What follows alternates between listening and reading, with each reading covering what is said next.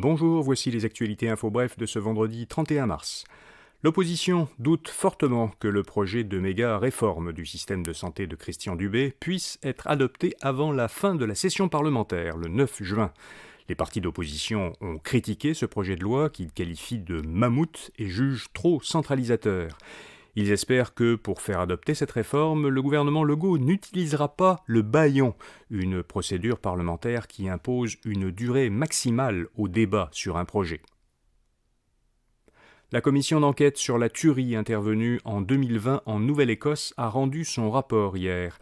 Elle y formule une centaine de recommandations pour éviter qu'un autre massacre se produise.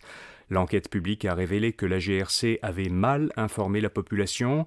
Selon la commission, la GRC et l'ensemble des services de police doivent effectuer des changements majeurs dans leur méthode de travail, leur recrutement, leur formation et leur culture. Donald Trump est inculpé pour avoir acheté le silence d'une actrice porno. L'ancien président américain va être formellement accusé par la justice pour une affaire qui remonte à la campagne électorale de 2016. Donald Trump aurait versé 130 000 $ américains à l'actrice porno Stormy Daniels pour qu'elle ne révèle pas leur relation extra-conjugale qui aurait eu lieu 10 ans plus tôt.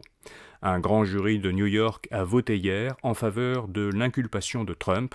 Il sera le premier président américain à faire face à des accusations criminelles.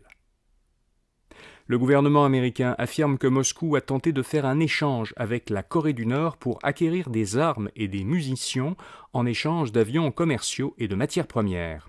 Washington a sanctionné un ressortissant slovaque accusé d'avoir joué un rôle d'intermédiaire entre les deux pays pour signer un accord en ce sens.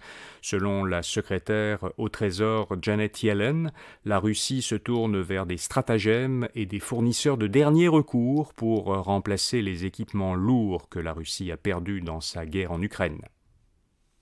Et puis l'Europe veut presque doubler sa consommation d'énergie renouvelable. Les pays de l'Union européenne se sont entendus pour que, au plus tard en 2030, au moins 42,5% de l'énergie qu'ils consomment soit de sources renouvelables, contre 22% aujourd'hui. Il s'agit d'un objectif contraignant, les États devront même s'efforcer d'atteindre 45%. Voilà, vous savez l'essentiel. À lundi matin pour d'autres actualités info bref. Bonne fin de semaine.